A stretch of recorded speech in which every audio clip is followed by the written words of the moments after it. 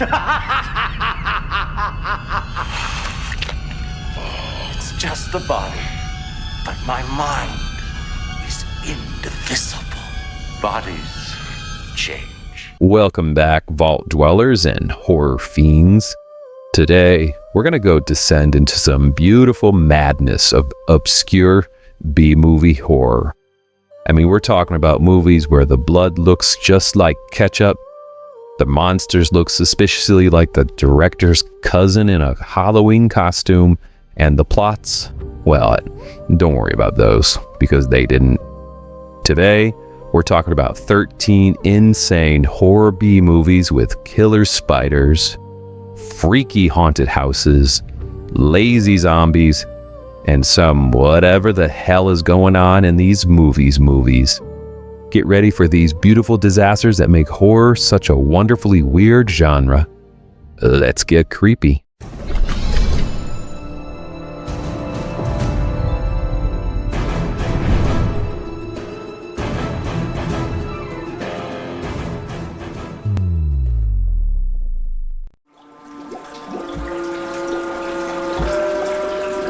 Matson, your days are numbered. Now listen to me carefully, Leopold. Your theory is... Zaat, also known as the Blood Waters of Dr. Z, is an underwater nightmare that follows a mad scientist who turns himself into a walking catfish monster to get revenge on scientific community, society, fish haters. You know, the movie never really makes it clear. So our catfish-human hybrid, he spends the rest of the film just stumbling around Florida in what looks like a Halloween costume made of paper mache and algae, or maybe a Christmas tree, occasionally stopping to inject growth formula into local wildlife. You know what makes this movie so wonderfully bad is the complete conviction in which it approaches its ridiculous premise. The monster soup is possibly the least convincing aquatic creature in cinema history. I mean, it's looking more like a moldy sleeping bag with ping pong ball eyes than anything that evolved in water. The science in the film involves glowing liquids in fish tanks and random bubbling beakers that aren't connected to anything. Yet, somehow, this became a cult classic, proving once again that sometimes the worst movies, they're the most entertaining. Nevertheless, the world's scientific community is generally agreed on one thing. The asteroid is on a collision course with the moon. After the impact, astronomers will no doubt... Track of the Moon Beast is a sci-fi horror oddity, which follows Paul, a meteorologist who gets hit by a fragment of moon rock during a meteor shower. You know, instead of filing an insurance claim like a normal person, he just starts transforming into a murderous lizard creature whenever the moon is full.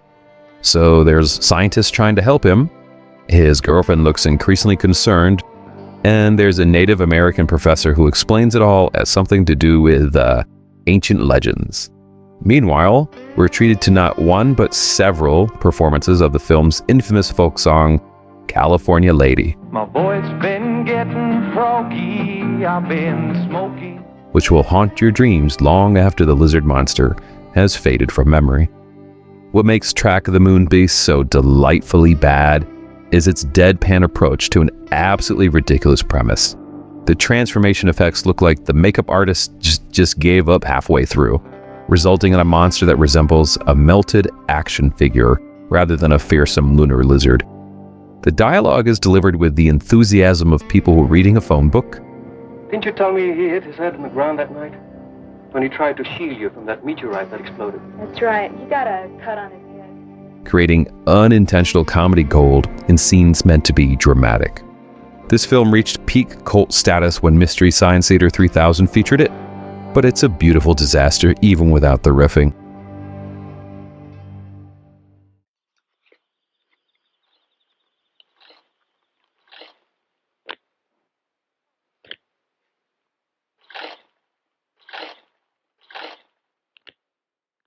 House, which is a Japanese haunted house film which defies any attempt at a normal plot summary. So, a schoolgirl visits her aunt's country home with 6 of her friends, and each of them are named after personality traits. The house turns out to be very hungry. I mean, literally hungry, and just starts devouring these girls in increasingly bizarre ways. Like there's a floating head that bites their butts, a killer piano, a dancing skeleton, a bloodthirsty cat painting, and a refrigerator that you just have to see it. You know what makes House truly special? It's how it feels like the ultimate fever dream directed by someone who's never seen a horror movie, but they've had them described to them while on hallucinogenics. Director Nobuhiko Obayashi originally made commercials, and it really shows. The film has this aesthetic of a psychedelic shampoo ad gone horribly wrong. The special effects are deliberately unrealistic, sometimes using animation, collage, and an obvious blue screen to create something that feels like a haunted funhouse rather than a conventional horror film. It's colorful, nonsensical, and utterly unique. The cinematic equivalent of eating too many Skittles and then falling asleep watching The Shining. As of today, you are under investigation, Mr. Singer, by Internal Affairs. You may seek legal counsel at any time, and you do not have to answer any of our questions. Is that clear? Yes, sir. Zombie Nation follows a corrupt police officer who's murdering women and then somehow reviving them as zombies through, I guess, voodoo? The movie really never explains. These undead ladies then seek revenge on their killer, led by a voodoo priestess who seems just as confused about the plot as the audience. The acting makes community theater look like Royal Shakespeare. Unload all of the pesos. Yes, all of the pesos, and cancel the business that we have. And the effects consist mainly of women with white face paint just stumbling around Los Angeles. Zombie Nation, it's kind of fascinating, primarily because it seems completely unaware of what makes a movie functional. The dialogue sounds like it was translated from another language, and then back again. The zombies have the laziest makeup I have ever seen, yet it does remind me of someone I used to date in the 90s during my goth phase. The camera work often feels like the operator was actively trying to miss important action, and the director, who actually made some decent films in the 70s, seems to have completely forgotten how movies work by the time he made this direct-to-DVD disaster. It's the kind of movie that makes you wonder if it was just an elaborate money laundering scheme, yet it's impossible to look away from this beautiful train wreck. So astounding that some of you may faint. This is the story of those in the twilight time. Once human, now monsters, in a world between the living and the dead. Night of the Ghouls is one of Ed Wood's sequels to The Bride of the Monster and follows a fraudulent psychic who conducts fake seances to swindle clients. But then things take a turn when the real supernatural events start happening and bringing back the dead. True to Ed Wood form, it features unconvincing sets, stilted dialogue, and the incomparable Tor Johnson reprising his role as the zombified Lobo. This film was actually lost for decades because Wood couldn't pay the lab fees to get the finished print, which makes it a legendary lost wood until its rediscovery in the 1980s. It has all the hallmarks of Wood's unique directorial vision, which is to say, it's gloriously incompetent in the most earnest way possible. The ghosts look like people wearing sheets, because they are. The seance scenes involve obvious fishing line moving objects, and the continuality errors are frequent enough to make a drinking game dangerous. But like all Wood films, there's an irresistible charm to its complete lack of self-awareness, making it a perfect example of how passion, it doesn't always translate to competence.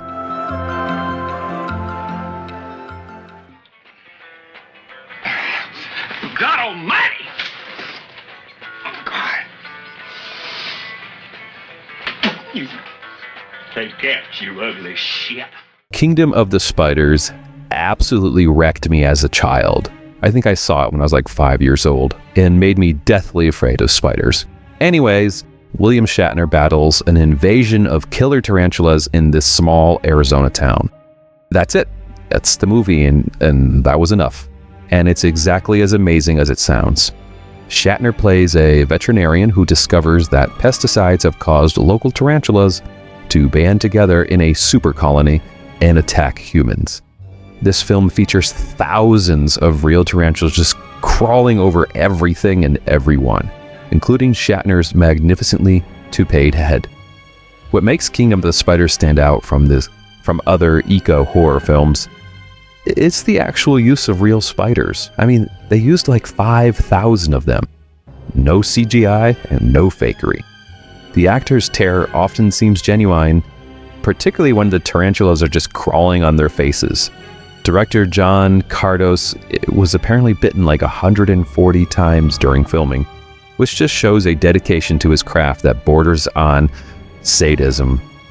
The film builds to a surprisingly bleak ending that feels more like a 1970s downer drama than a B-movie about spider attacks. Plus, it gives us Shatner at his most Shatnerist, delivering lines about spider behavior with the same intensity he brought to Shakespeare. It's either the best, worst movie about spiders, or the worst, best movie about spiders. I still haven't decided which.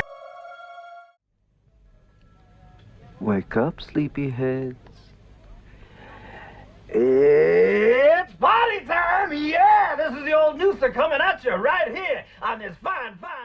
Trick or Treat, also known as Ragman, is a story about a heavy metal star, Sammy Kerr, who dies in a hotel fire, and his biggest fan plays his final record backwards, accidentally summoning Kerr's vengeful spirit through the power of rock and roll. The undead rocker then proceeds to terrorize a high school using electricity and the power of music to kill his victims. It's like Kiss wrote A Nightmare on Elm Street after a weekend bender. Trick or Treat is the perfect example of the Satan in the suburbs panic in the 1980s, when parents were convinced heavy metal music was turning their children into devil worshippers. This film both mocks and celebrates metal culture, and it even features cameos from Gene Simmons and Ozzy Osbourne.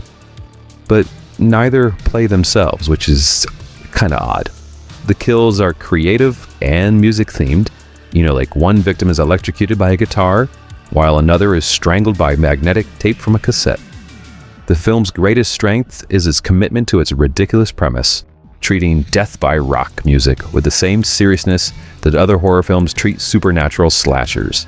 The visual effects when Sammy emerges from the record player, they actually hold up really well, creating a genuinely creepy moment between the more ridiculous scenes of possessed radios and killer sound waves.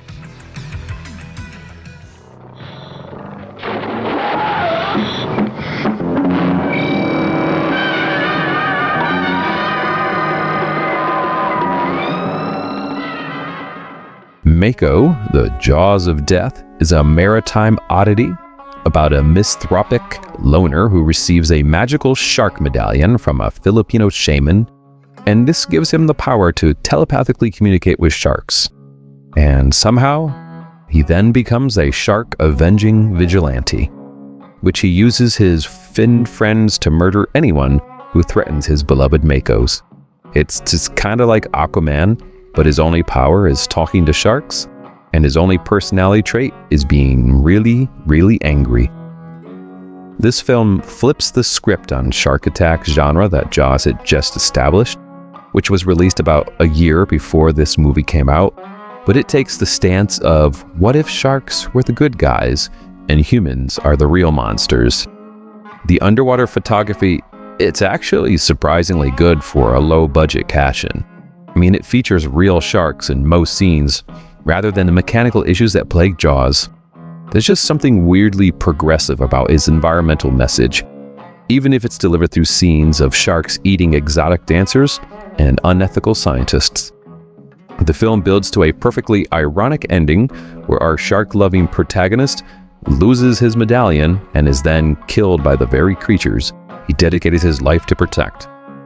It's like a PSA about marine conservation that somehow involves telepathy, strippers, and lots of fake blood in the water. Hey, did you guys see the way Harry Schuler was staring staring at us when we were in the gym? That guy really gives me the creeps. He always has some excuse to be hanging around so he can check us out. I think you guys are paranoid. The Majorettes is a story about a psychotic killer with a trauma-induced hatred of Baton Twirlers, and just begins murdering members of college majorette squads.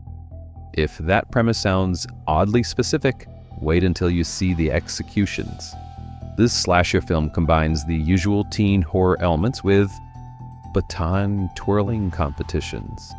Lots and lots of baton twirling competitions.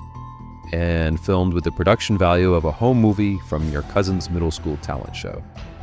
The Majorette starts as a standard slasher, but then takes so many bizarre narrative turns that by the end, it barely resembles the film it started as. Characters who seem important, they just disappear without explanation. New plot lines emerge just out of nowhere, and the killer's identity changes so many times, you're gonna get some whiplash. Director S. William Hinsman, who played the cemetery zombie in the original Night of the Living Dead, creates some genuinely creeping stalking scenes, so there is that, only to follow them up with inexplicable plot developments that involve biker gangs, religious cults, and some vengeful nurses. It's like 3 different movies got spliced together in the editing room by someone having an existential crisis. Yet somehow, its complete disregard for conventional storytelling makes it weirdly compelling. You generally have no idea what's going to happen next.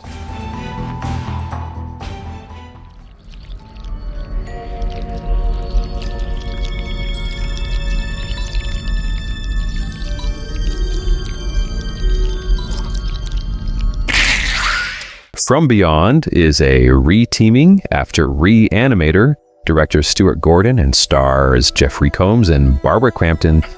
They deliver this psychedelic Lovecraftian nightmare about scientists who create a machine called the Resonator, which stimulates the pineal gland, allowing humans to see creatures from other dimensions. But unfortunately, those creatures can see us too, and they're hungry. Also, the pineal gland apparently turns you into a sex-crazed monster with an appetite for brains. It's just another day at the lab, you know? What makes From Beyond so great is how it creates genuinely disturbing body horror with practical effects that absolutely still hold up today. The transformation sequences where Dr. Pretorius slowly mutates into a grotesque interdimensional monster, they feature some of the most impressively disgusting special effects of the whole 1980s. Gordon's direction balances the explicit horror with a surprisingly intelligent exploration of Lovecraft's themes about forbidden knowledge. The film also features Combs and Crampton at their just B-movie best. Combs as the increasingly unhinged scientist, and Crampton subverting her Scream Queen image as the psychiatrist who becomes dangerously fascinated with machines' effects. The glowing pink and purple color palette gives everything as a hallucinatory quality that just enhances the otherworldly atmosphere. This was released during the height of the 80s practical effects era, and From Beyond shows what's possible when talented filmmakers embrace the weird instead of running from it. Hey, if you're enjoying this journey through cinematic madness, do what Dr. Pretorius would do and stimulate that like button with your pineal gland, or you can just click it with your finger. I mean, whatever works. And if you want more beautiful disasters delivered straight to your brain without needing interdimensional technology, hit the subscribe button. I mean, I unearth these weird gems pretty much weekly, and trust me, we've barely scratched the surface on how strange horror movies can get. So unlike the Resonator, subscribing has zero chance of turning you into a brain-eating monster. Probably.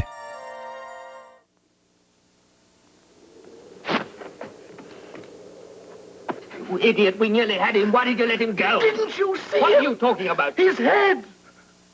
It was torn off! The Crawling Eye, which was also known as the Trollenberg Terror, is this British sci-fi horror that follows a UN investigator and a psychic as they battle alien creatures, which is a giant eye with tentacles that are hiding in the clouds around a Swiss mountain. The film features decapitations, mind control, and some of the most charming, unconvincing monster effects of the 1950s. It's like H.P. Lovecraft wrote a tourist brochure for the Swiss Alps. The Crawling Eye holds a special place in B history as one of the films that perfectly captures the weird blend of Cold War anxiety and a monster movie trope that defined the 1950s sci-fi horror. The creature themselves are just legitimately creepy in concept.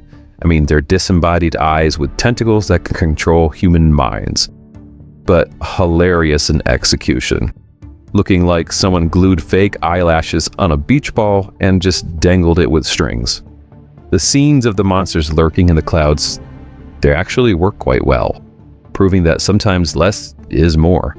But when the full creatures are revealed, it's hard not to laugh. There's something effective about the film's atmosphere with this isolated mountain setting. It creates genuine tension before the rubber monsters show up and unintentionally break it.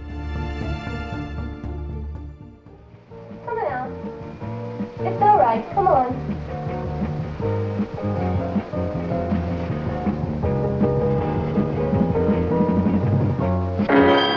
Oh boy, Blood Freak. All right.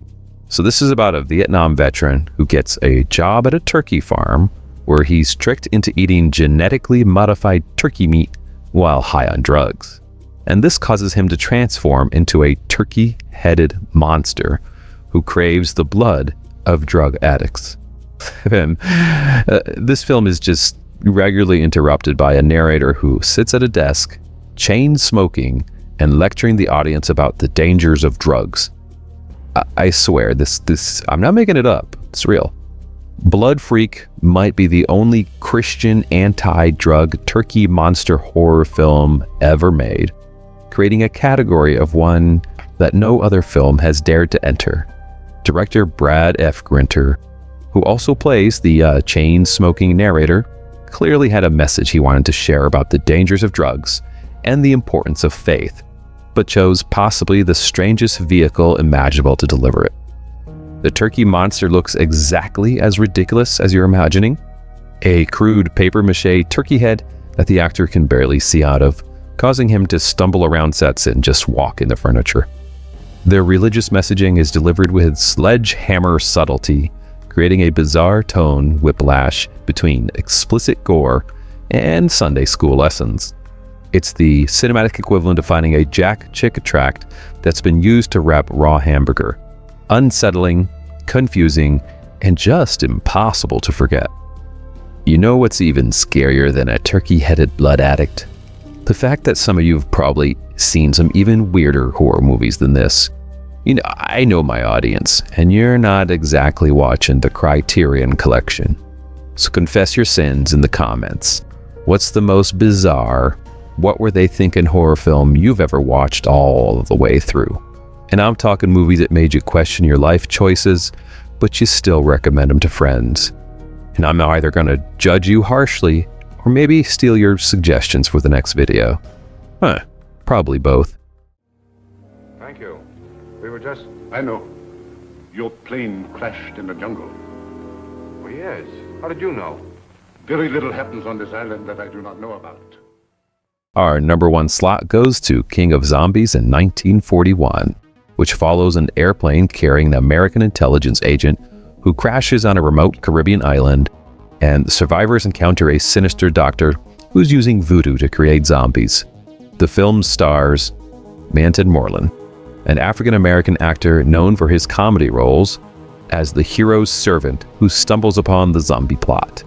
Despite its problematic racial elements, it was 1941 after all, the film is notable for giving Moreland the most substantial and heroic role, essentially becoming the main character as the story progresses. King of the Zombies represents a fascinating transition in horror history. It's bridging the gap between the voodoo zombie films of the 1930s and the modern flesh-eating zombies that would come decades later. The film's mixture of comedy and horror feels surprisingly modern, with Moreland's terrified reactions and one-liners providing comic relief that actually work. The zombie makeup is minimal, but very effective, creating a creepy atmosphere with limited resources. Despite being made on a shoestring budget by Poverty Row Studios' Monogram Pictures, this film received an Academy Award nomination for Best Music, proving that sometimes B-movies can punch above their weight. It remains a unique time capsule of early zombie cinema before George Romero reinvented the genre, showing how The Walking Dead have been fascinating audiences for nearly a century. You know, these films remind us that sometimes the most interesting horror, it comes from the fringes, made with more imagination than budget. These beautiful disasters, they pushed boundaries, ignored rules, and created unforgettable moments that still haunt our dreams. Or at least make us laugh decades later. You know, before you go scrolling through streaming services complaining there's nothing to watch, remember there's a whole world of wonderfully weird horror right here on this channel, just waiting to be discovered. Just make sure to check your turkey meat for genetic modifications, okay? Keep it weird, folks.